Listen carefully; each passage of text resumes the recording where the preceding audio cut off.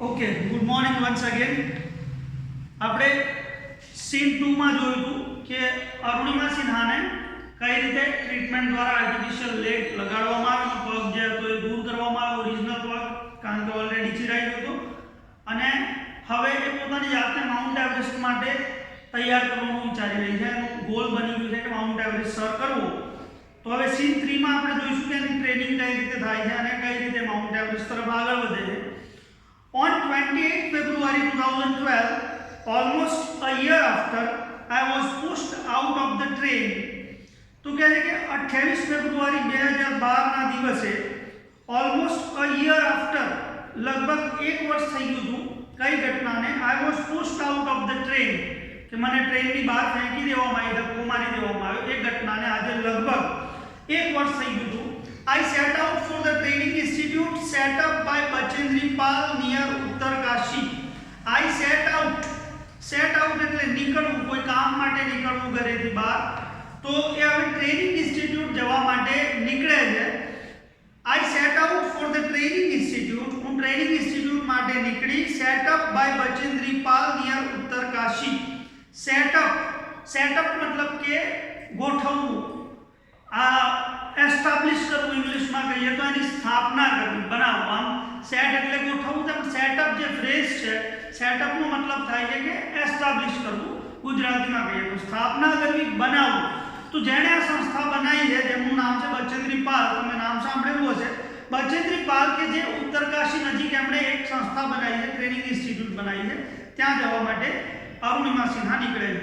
I called up Bachendri Pal to tell her that we had reached Uttarkashi. મેં એમનો સંપર્ક કર્યો, એમને જણાવ્યું કે અમે we had reached Uttarkashi, કે અમે લોકો ક્યાં પહોંચી ગયા છીએ, ઉત્તરકાશી પહોંચી ગયા છીએ. She was surprised that how quickly I had reached. એને એ જાણીને બચેન્દ્રી પાલને આશ્ચર્ય થયું, સરપ્રાઇઝડ, એને આશ્ચર્ય થયું at how quickly I had reached, કે કેટલી ઝડપથી અમે લોકો ત્યાં પહોંચી ગયા, તો હું પહોંચી ગઈ હતી ત્યાં કેટલી ઝડપથી, એ જાણીને એમને આશ્ચર્ય થયું. After this my confidence skyrocketed. આ સાંભળ્યા પછી કહે છે કે મારો આત્મવિશ્વાસ જે છે it was skyrocketed મતલબ કે ખૂબ જ ઊંચે જતું રહેવું, ખૂબ જ ઉપર થઈ જવું.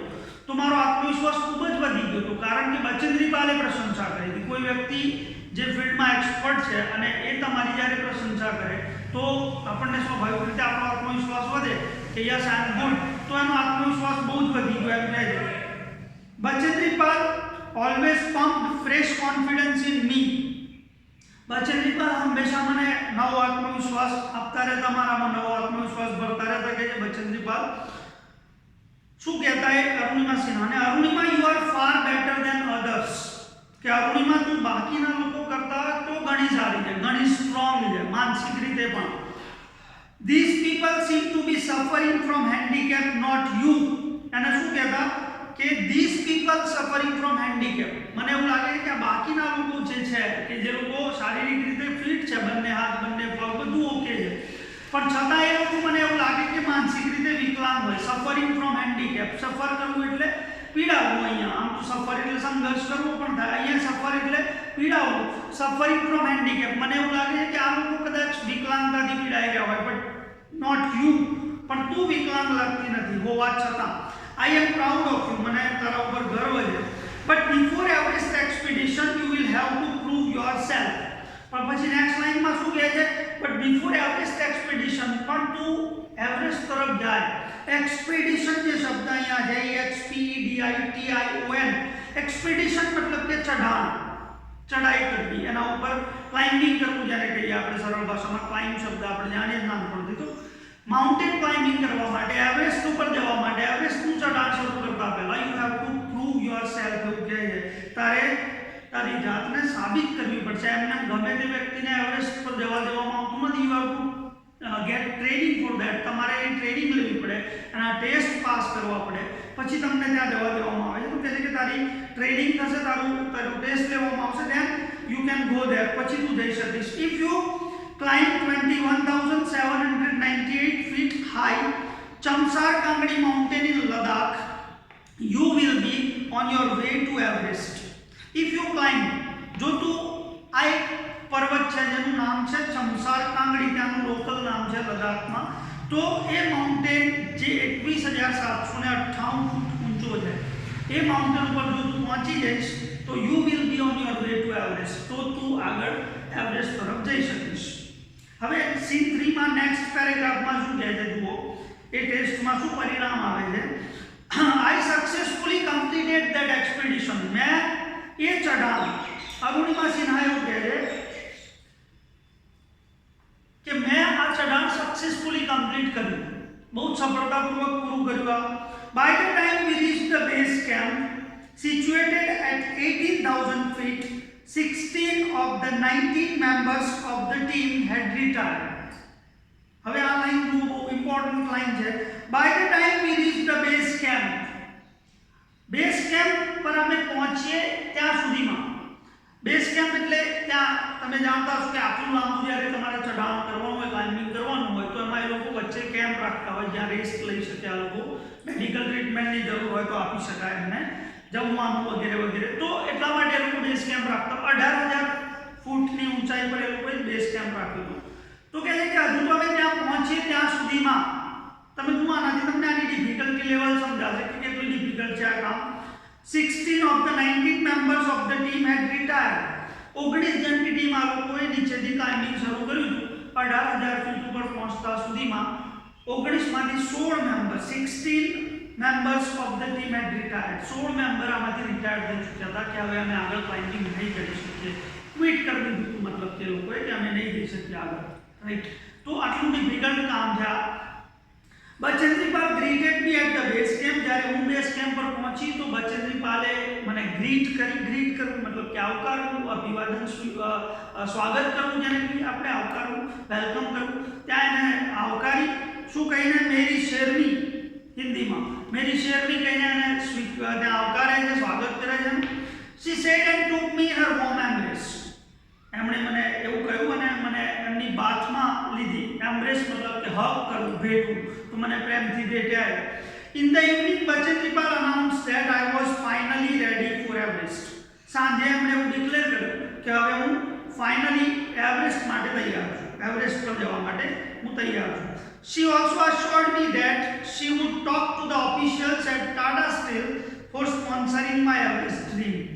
She also assure એટલે ખાતરી આપવી. તો એ કહે છે કે એમણે મને એ પણ ખાતરી આપી કે she would talk to the officials at Tata Steel. Tata steel જે કંપની છે ત્યાંના ઓફિશિયલ્સ એટલે કે ત્યાંના જે પણ અધિકારીઓ છે એમની સાથે વાત કરશે. શાના માટે? For sponsoring my Everest dream. તારા એવરેસ્ટ સ્વપ્નને, એવું અરુણિમા સિન્હાને કહે છે કે તારા એવરેસ્ટનું જે સ્વપ્ન છે એવરેસ્ટ પર પહોંચવાનું, એને સ્પોન્સર કરવા માટે. સ્પોન્સર કરવું મતલબ કે ખર્ચ ઉઠાવવો, આપણે સરળ ભાષામાં કહીએ તો. તમે જાણતા હશો કે જે કંપની એડવર્ટાઇઝમેન્ટ કરાવે તમારી પાસે, તમને સ્પોન્સર કરે, તમારો ખર્ચ ભોગવે અને સામે તમે એ કંપનીની એડવર્ટાઇઝમેન્ટ કરો, એવા કરાર થતા હોય છે. એ આપણે બહુ ડિટેલમાં નથી જવું એ બાબતમાં, પણ ખર્ચ ભોગવવા માટે, કારણ કે એવરેસ્ટ પર જવું તો ત્યાં ખર્ચ પણ હોય છે સારો એવો. તો એ ખર્ચ ભોગવવા માટે એમણે કહ્યું ટાટા સ્ટીલને કહીશ કે તારું ડ્રીમ સ્પોન્સર કરે, તારો ખર્ચ ઉઠાવે. આ વાત હતી સીન 3, બરાબર છે, જ્યાં એની ટ્રેનિંગ પૂરી થઈ. હવે ફિઝિકલી એને ટેસ્ટ પણ પાસ કરી દીધો. હવે એનું એકચ્યુઅલ જે ક્લાઇમ્બિંગ છે, જે રેકોર્ડ બનાવવા માટે કે જે સ્વપ્ન છે એનું માઉન્ટ એવરેસ્ટને સર કરવાનું, એ સ્વપ્ન એકચ્યુઅલી શરૂ થાય છે એનું સીન 4 માં.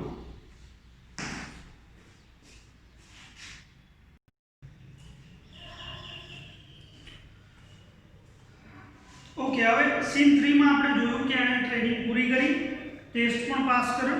હવે માઉન્ટ એવરેસ્ટ જવા માટેની તૈયારી કરે છે. એકચ્યુઅલ ચઢાણ જે હવે એનું જે માઉન્ટ એવરેસ્ટ જે એનું સ્વપ્ન છે એ પૂરું કરવાની તૈયારી હવે શરૂ થાય છે. મતલબ કે ત્યાં હવે એ એકચ્યુઅલ ચઢાઈ કરવા માટે જાય છે સીન 4 માં, જે ફાઇનલ સીન છે, આપણો last scene of the lesson, right.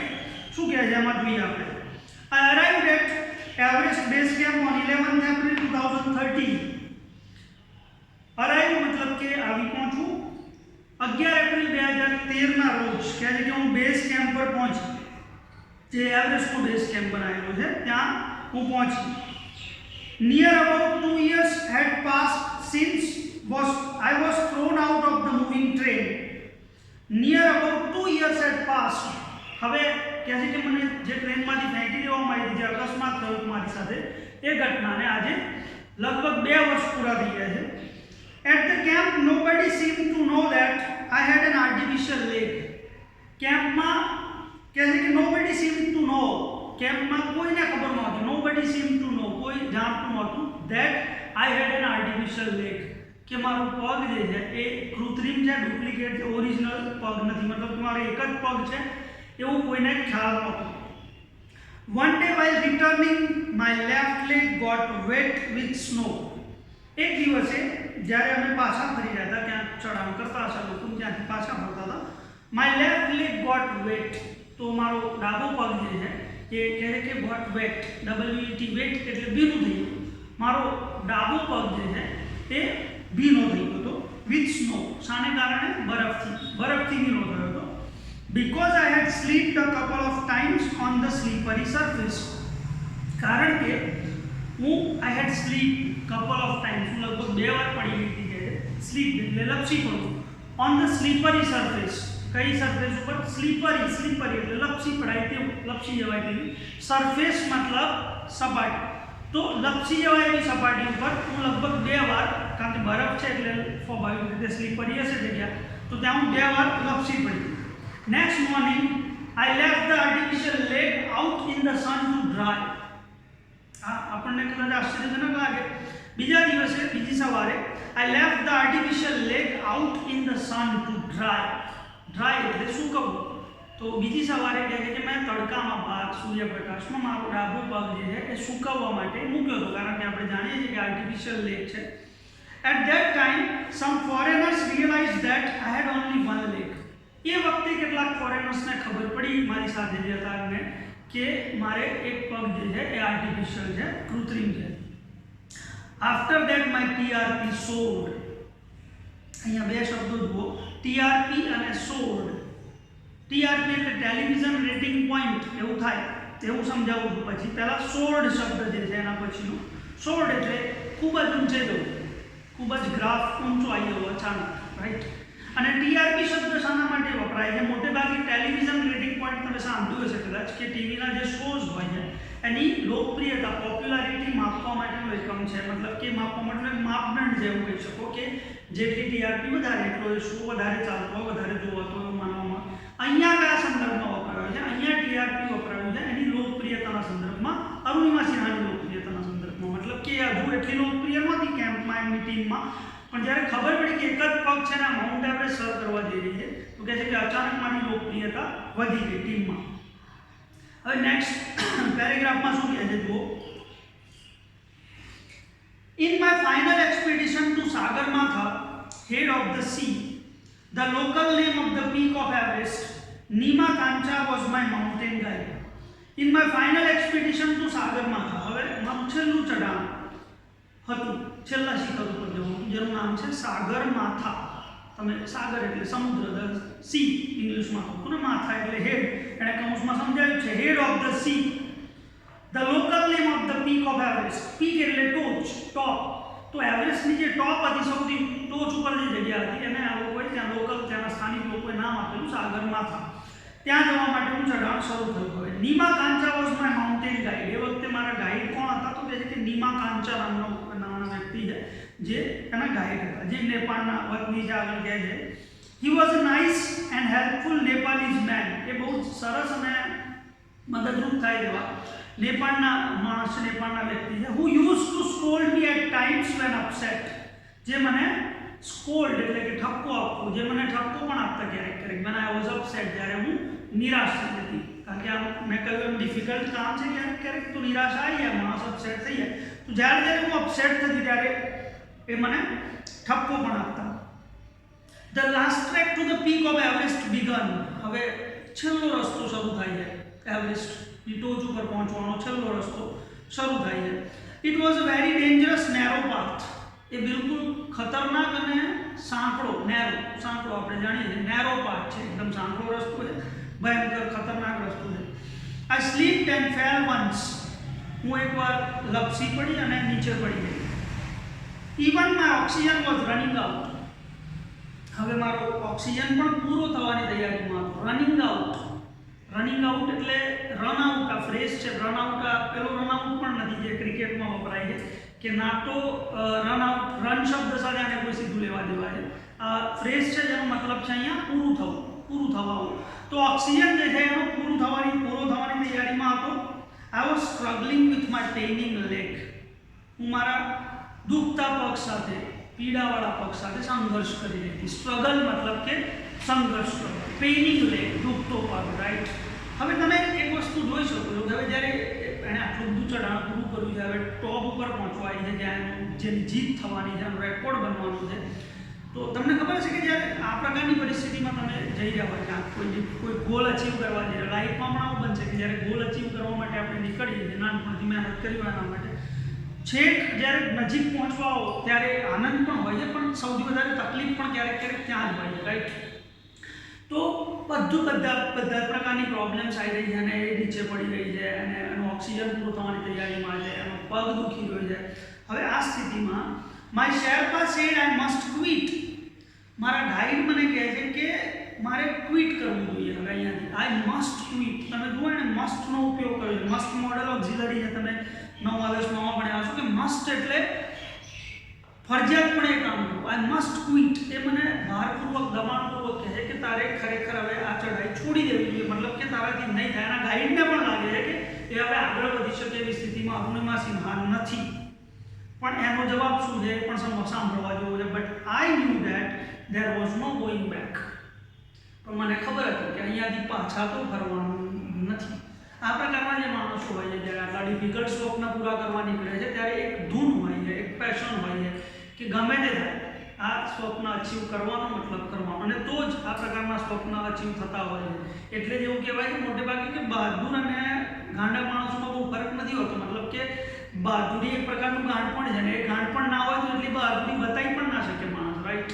તો તમે જોજો જેટલા પણ વર્લ્ડ રેકોર્ડ અચીવ થયા છે મોટે ભાગે એ લોકો પોતાના કામને લઈને પેશનેટ, બહુ જ વધારે પડતા પેશનેટ હોય છે, ત્યારે એ કામ થાય છે. અહીંયાનો ગાઈડ ના પડે છે જે આટલા વર્ષનો અનુભવી છે કે તારાથી હવે નહીં થાય, પણ એ કહે છે but I knew that there was no going back. મને ખબર છે કે હવે પાછા ફરવાનું નથી. અહીંયા I pushed forward though my Sherpa kept insisting that I should return. મેં મારી જાતને આગળ વધારી. આઈ પુશ્ડ ફોરવર્ડ. પુશ એટલે ધક્કો મારવો થાય. હવે આપણે કોઈકને ધક્કો મારીએ કે કોઈક આપણને કોઈ કામ માટે આગળ ધકેલે એ સમજમાં આવે છે. આપણા મા બાપ આપણને પુશ કરતા હોય છે કામ કરવા માટે, રાઈટ. તો એ અલગ બાબત છે. પોતે પોતાની જાતને પુશ કરવી, અને જે માણસ પોતાની જાતને જાતે પુશ કરી શકતો હોય એ કોઈ પણ પ્રકારની સક્સેસ મેળવવા માટે સક્ષમ હોય. એ ગમે તેવું ટાર્ગેટ અચીવ કરી શકે છે કારણ કે જાતે પોતાની જાતને મોટિવેટ કરે. સપોઝ કે એક સિમ્પલ ઉદાહરણ આપું તમને કે તમારે વાંચવું છે. તમે નક્કી કર્યું સવારે 5 વાગે જાગીને વાંચવાનું, શિયાળાનો સમય, રાઈટ. મમ્મી પપ્પા જગાડે તમને કે બેટા વાંચ, કે દીકરી મારી વાંચ 5 વાગે, રાઈટ.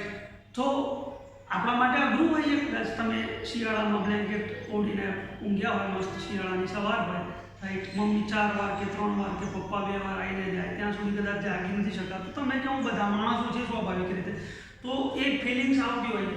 પણ કેટલાક એવા લોકો પણ છે કે જે જાતે પોતાની જાતને મોટિવેટ કરતા હોય છે કે ચલો 5 વાગી જાગી જવાનું છે જાતે. તો એનું કામ સરળ છે પેલાની સાપેક્ષે, જે પહેલું એક્ઝામ્પલ મેં આપ્યું એની સાપેક્ષે. હું કોઈને ખોટું નથી કહી રહ્યો અહીંયા. આપણે આ એજમાં છીએ ને મમ્મી પપ્પા આપણને જગાડે એમાં તો ખોટું પણ નથી, રાઈટ. પણ જ્યારે તમે જાતે પોતાની જાતને મોટિવેટ કરો છો કે ના મારે વાંચવાનું છે, હું 5 વાગે જાગી જઈશ, તો એ પરિસ્થિતિમાં એવું કહી શકો કે તમે તમારી જાતને ધકેલી રહ્યા છો. કેમ કે 5 વાગે જાગવું કે 4 વાગે જાગવું ઠંડીમાં કે કોઈ પણ મોસમમાં એ સરળ કામ તો નથી. તમારે તમારી જાતને ધક્કો જ મારવો પડે. તમે પ્રેમથી પોતાની જાતને કહો કે હું જાગું, તો ક્યારે ના જાગી શકીએ આપણે. 10 અલાર્મ મૂકીએ તોય બંધ કરીને સુઈ જઈએ છીએ, રાઈટ ને. તો એ વખતે પોતાની જાત ઉપર તમારે થોડા કડક થવું પડે, થોડા ગુસ્સે પણ થવું પડે કે ના કોઈ ઓપ્શન નથી ભાઈ, તું જાતે ને જાતે પોતાની જાતને આવું કહેવું પડે. અહીંયા અરુણિમા સિન્હાના અંદર કંઈક આવી લડત ચાલી રહી છે એના દિમાગમાં. એનું શરીર થાકી ગયું છે પણ દિમાગ ના પાડે છે કે ના હારવાનું નથી. એટલે કહે છે કે આઈ પુશ્ડ ફોરવર્ડ. મેં મારી જાતને આગળ ધકેલી જાતે. Though my Sherpa kept insisting that I should return. જો કે મારા શેરપા મતલબ કે મારા ગાઈડ જે છે એ મને ફોર્સ કરે છે. કેપ્ટ ઇન્સિસ્ટ કરવું એટલે વધારે પડતો આગ્રહ કરવો, ફોર્સફુલી કહેવું ધેટ આઈ શુડ રિટર્ન, કે મારે પાછા વળી જવું જોઈએ. એવું એના ગાઈડ એને દબાણપૂર્વક કહે છે. પણ એ કહે છે કે ના, I have enough oxygen to reach the summit and host the countries flag. મારી પાસે એટલું ઓક્સિજન તો છે કે હું સમિટ પર પહોંચી જાઓ, સમિટ SUMMIT, ટોચ માટે બીજો શબ્દ આવ્યો, તો પહેલા પીક શબ્દ આવ્યો, હવે ટોચ શબ્દ આવ્યો, સમિટ શબ્દ આવ્યો, સોરી. પીક મતલબ ટોચ, સમિટ મતલબ પણ ટોચ, ટોપ એટલે પણ ટોચ, રાઈટ. તો ટોપ, પીક અને સમિટ ત્રણે એક શબ્દો એવું કહી શકો તમે. સમિટ પર પહોંચવા માટે, શિખર પર પહોંચવા માટે, ટોચ પર પહોંચવા માટે મારી પાસે પૂરતો ઓક્સિજન હતો, મેં એવું વિચાર્યું. And host the countries flag, અને ત્યાં જઈને હું આપણા દેશનો રાષ્ટ્રધ્વજ ફરકાઈ શકું એટલો ઓક્સિજન છે મારી પાસે. What happens આફ્ટરવર્ડ્સ doesn't matter એનીમોર. જો એની માનસિકતા કેટલી સ્ટ્રોંગ છે. એકવાર હું ત્યાં પહોંચી જાઉં એટલો ઓક્સિજન છે મારી પાસે, હું રાષ્ટ્રધ્વજ ફરકાઈ દઉં, મારા દેશનું નામ ઊંચું કરી દઉં. ધેન આફ્ટર વોટ હેપન્સ, એના પછી શું બને છે, ડઝન્ટ મેટર એનીમોર. એનાથી મને કોઈ ફરક પડતો નથી, કહે છે કે ઇટ આઈ ડોન્ટ કેર, મને એનાથી કોઈ પરવા નથી કે શું થાય છે મારી સાથે, હું મરી પણ જાઉં કદાચ તો કોઈ ફરક નથી પડતો. I told Nima Kamcha firmly, मैं आऊँ दृढ़ताથી, firmly, FIRMLY, firmly मतलब કે દૃઢતાપૂર્વક, એકદમ સ્પષ્ટપણે, દૃઢતાથી મેં કહ્યું મારા ગાઈડને કે હું આગળ વધવાની છું. Remember, none can defeat you until you concede. આપણને કહે છે કે રિમેમ્બર, યાદ રાખો, none can defeat you. defeat मतलब હરાવો, defeat, DEFEAT. And you defeat you until you concede. Concede, CONCEDE. Concede એટલે સરેન્ડર થવું, શરણાગતિ સ્વીકારવી.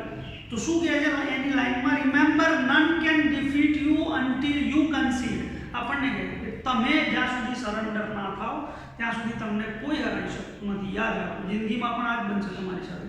તમે શરણાગતિ સ્વીકારી તો તમે હારી જશો, શોર્ટ.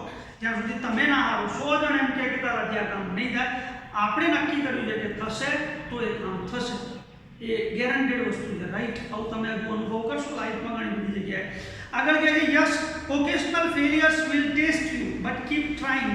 એ પણ કહે છે કે હા, ઓકેશનલ ફેલિયર્સ આવવાના લાઈફમાં. ઓકેશનલ ફેલિયર મતલબ કે ક્યારેક નિષ્ફળતાઓ, પ્રસંગોપાત. ફેલિયર્સ એટલે નિષ્ફળતાઓ, ઓકેશનલ એટલે પ્રસંગોપાત, ક્યારેક આવતી નિષ્ફળતાઓ. તમે કોઈ કામ કરવા જાઓ, નવું ટાર્ગેટ લઈને કશું વિચારો, તો તમે નક્કી કરો કે કાલથી મારે વહેલી સવારે ઉઠીને વાંચવું છે, કદી વાંચ્યું ના હોય, શરૂઆત કરો તમે. અથવા તો તમે અત્યાર સુધી 2 કલાક વાંચતા હોય રેગ્યુલરલી, ને હવે નક્કી કરો મારે 4 કલાક વાંચવું છે. પહેલા દિવસે સફળતા મળી જાય એવું જરૂરી નથી, નિષ્ફળતા મળે કદાચ. તમે 4 વાગે વાંચવા ઉઠે ને પછી સુઈ આવો 4:30, એવું પણ બને પહેલા દિવસ. પણ એનો મતલબ એ નથી કે બીજા દિવસે ટ્રાય ના કરો, રાઈટ. કારણ કે ટ્રાય તમે કરશો 3-4 દિવસે, અઠવાડિયે તમને સફળતા મળી જશે. તો આપણને એ જ કહે છે કે ઓકેશનલ ફેલિયર્સ વિલ ટેસ્ટ યુ.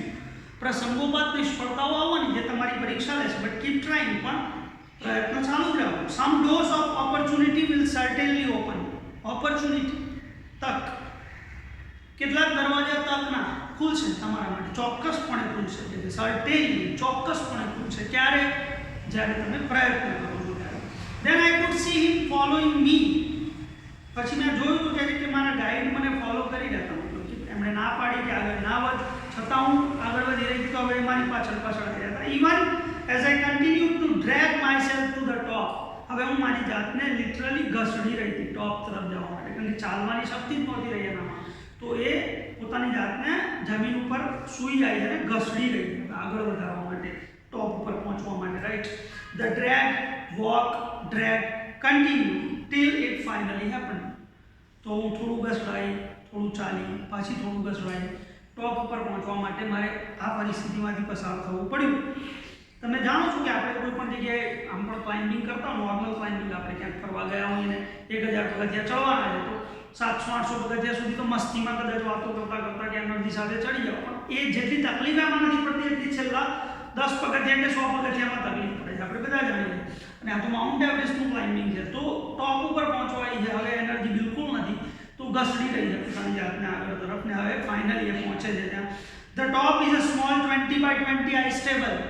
જે ટોચ છે એ કહે છે કે 20x20નું બરફનું જાણે કે ટેબલ બનાવ્યું હોય ને એવું લાગે છે, ત્યાં બરફ જ છવાયેલું રહે છે. I saw several flags of various countries fluttering proudly. મેં જોયું ત્યાં કે વેરિયસ કન્ટ્રીઝ, અલગ અલગ દેશોના સેવરલ ફ્લેગ, કેટલાક રાષ્ટ્રધ્વજ ત્યાં ફ્લટરિંગ પ્રાઉડલી, ગર્વથી ફરકી રહ્યા છે. જે લોકો, જે દેશના લોકો ત્યાં પહેલાં પહોંચી ગયા હતા, એ લોકોએ ત્યાં રેકોર્ડ સ્થાપિત કરેલો. જો કે કોઈ એવી છોકરી ગઈ નથી કે જેનો પગ ના હોય, એ આપેલી અરુણિમા સિન્હા છે કે જેના નામે રેકોર્ડ સ્થાપિત થયો, પણ બીજા જે ફિઝિકલી ફિટ માણસો અત્યાર સુધી પહોંચ્યા હતા, એ લોકોના રાષ્ટ્રધ્વજ દેશમાં ત્યાં ત્યાં ફરકી રહ્યા હતા. I had lived this moment so many times in my mind that I did not have to be told that finally I had arrived. I have lived this moment so many times in my mind. આ ક્ષણને હું ઘણીવાર જીવી ચૂક્યો છે મારી લાઈફમાં. મતલબ કે મેં ઓલરેડી અહીંયા આવતા પહેલાં પણ ઘણીવાર આ વિચાર્યું કે હું જ્યારે ટોચ ઉપર પહોંચીશ તો કેવો આનંદ થશે, અને કદાચ એટલે જ આટલી બધી ડિફિકલ્ટી સહન કરીને પણ ત્યાં પહોંચી ગઈ. તો કહે છે કે મારે એ કહેવાની જરૂર નહોતી. I did not have to be told that finally I had arrived. કે મને એ કહેવાની જરૂર નહોતી કે હું હવે ત્યાં છેવટે પહોંચી ગઈ હતી. At 10:55 AM on 21st May 2013, I was on the top of the world.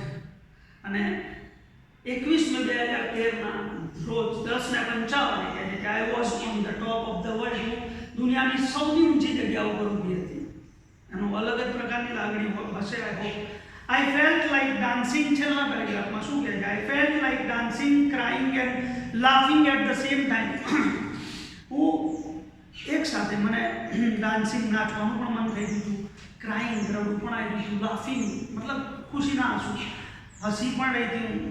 તો અલગ અલગ પ્રકારની લાગણીઓ માણસો જ્યારે પડતો ખુશ થઈ જાય ત્યારે એને સમજાતું નથી કે કઈ લાગણી એક્સપ્રેસ કરી એના શરીરને દિમાગને નથી સમજાતું.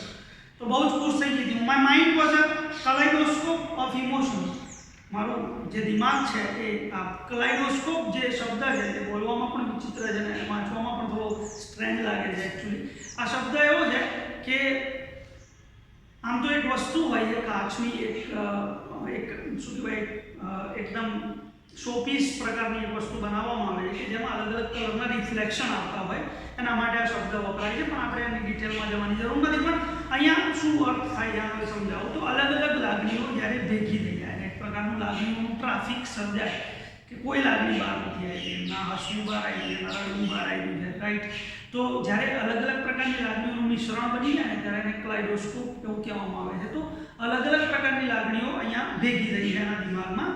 Everyone has a reason to be alive. દરેક વ્યક્તિનું જીવવા માટેનું કારણ હોય છે, તો જ જીવવામાં આનંદ આવે. તમારી પાસે કોઈને કોઈ કારણ હોય જીવવા માટેનું તો મજા આવે છે. મે બી ધીસ વોઝ માઇન. કદાચ આ મારું કારણ હતું કે લોકોનું અલગ અલગ હશે. મારું માઉન્ટ એવરેસ્ટ પર પહોંચવું એ કદાચ મારું જીવવા પાછળનું કારણ હશે. I held my flag and raised both my hands high up to register my country's record. અને ત્યાં જઈને મેં I held my flag, મેં આપણો રાષ્ટ્રધ્વજ ગર્વથી ઉઠાવ્યો અને મારા બંને હાથ ઉપર કર્યા to register my country's record. આપણા દેશનો, મારા દેશનો કહે છે કે રેકોર્ડ સ્થાપિત કરવા માટે મેં બંને હાથ ઉપર કર્યા. આ રીતે એણે અશક્ય લાગતું કામ પૂરું કર્યું. And she became the first female amputee in the world to scale the Mount Everest. ગુજરાતીમાં તો જે રીતે આપણે અગાઉ પણ પાઠમાં જોયું હતું કે એ આ દુનિયાની પહેલી એવી વિકલાંગ સ્ત્રી બની કે જેણે માઉન્ટ એવરેસ્ટ જેવા ખતરનાક પર્વતને સર કર્યો હોય, રાઈટ. તો આ મોટિવેશનલ સ્ટોરી આપણા માટે પણ, જે રીતે આપણે કેટલીક ડિફિકલ્ટ સિચ્યુએશન્સમાંથી પસાર થઈ રહ્યા છે, તમારા માટે કેટલીક નવી બાબતો છે જેમ કે ટેકનોલોજી થ્રુ ભણવું, તમે લાઈવ ક્લાસરૂમમાં ભણવા માટે ટેવાયેલા છો, તમારા માટે અઘરું હતું શરૂઆતમાં, હવે તમે પણ થોડા ટેવાઈ ગયા છો. કેટલીક ડિફિકલ્ટીઝ આવે છે પણ ડિફિકલ્ટીઝ તો હોય લાઈફમાં, તો એની સામે લડવું. આ પ્રકારના લોકો વિશે જ્યારે વાંચવા મળે, સાંભળવા મળે ત્યારે આપણને એમ થાય કે હા કદાચ આપણા સંઘર્ષ હશે પણ આપણે જેટલા વિચારીએ છીએ એટલા નથી. ઘણા નાના છે, ઘણા ઓછા છે લોકો, આનાથી પણ વધારે મોટા ને વધારે ભયંકર સંઘર્ષમાંથી બહાર નીકળીને પણ એમને જીત મેળવી છે. તો આપણે આ કામ કરી શકીએ, રાઈટ. અહીંયા આપણો રીડ 1 પૂરો થાય છે અને આઈ હોપ તમને સમજાઈ ગયું હશે. ઓકે.